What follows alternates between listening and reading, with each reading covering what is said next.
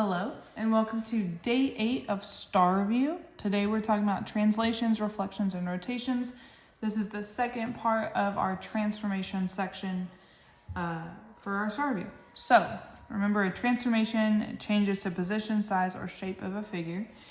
Yesterday we talked about dilations, which makes a shape get bigger or smaller. Today we're going to talk about the 3 other transformations. So let's start with a translation. A translation is a transformation that slides, right?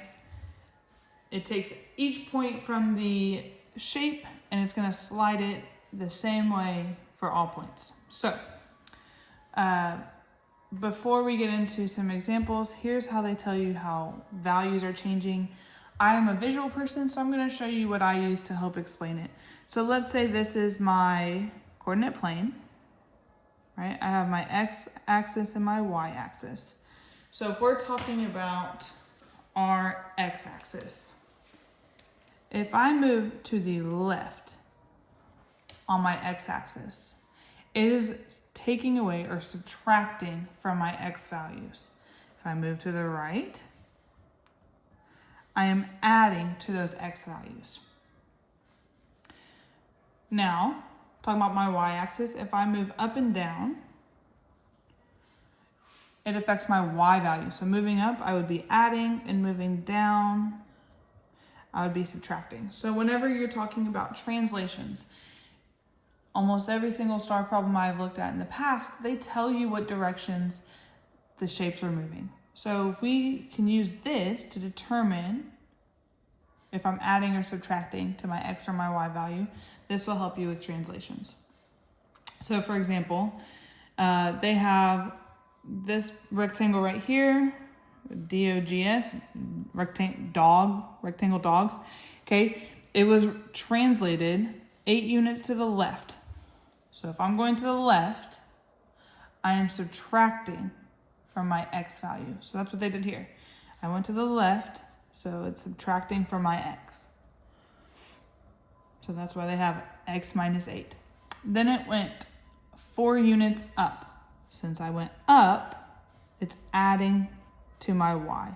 So that's why I have y plus 4. That's a translation. Translation is to slide. Now let's talk about reflections. So reflections flip. A reflection flips. They can reflect across the x-axis or they can reflect across the y-axis. So in my coordinate plane, we have our x-axis and our y-axis. This is my old and this is my new. I know that this one is my new because it has the prime marks, right? So my triangle, my ABC triangle, was reflected across the x-axis. So here is my rule here. Now, let's say that you don't memorize that rule, right? I know that whenever I reflect across the x stays the same. And my y changes sign. That's my rule, right? But let's say you don't remember that. So I can use one point and look at what happens. So let's look at point B, right? Point B is at 8, 1.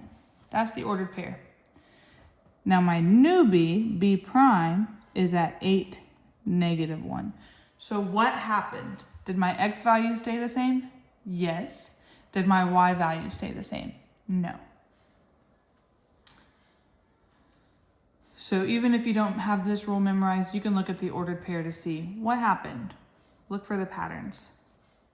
So if I reflect across the y-axis, my y value stays the same and my x changes sign, right?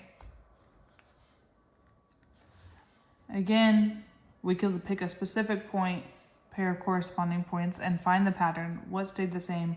What changed? So if I wanted to look at point C, right?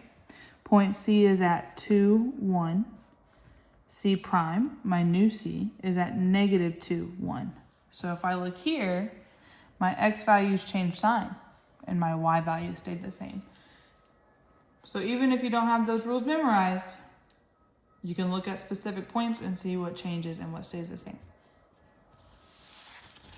The last transformation we need to talk about is rotations, and it's on page 16.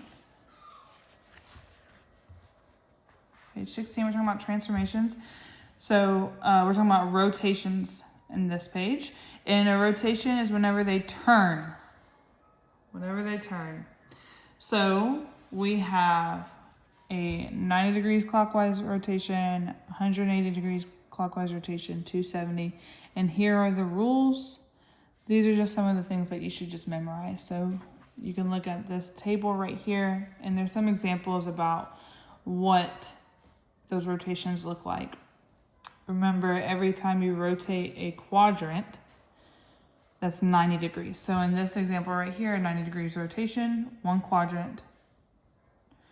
180 degrees rotation, two quadrants. 270 degree rotation, three quadrants. Now let's say they do a 360 degrees rotation. That would make our shape, our points, go exactly to where they were to begin with. So it would just be X, Y.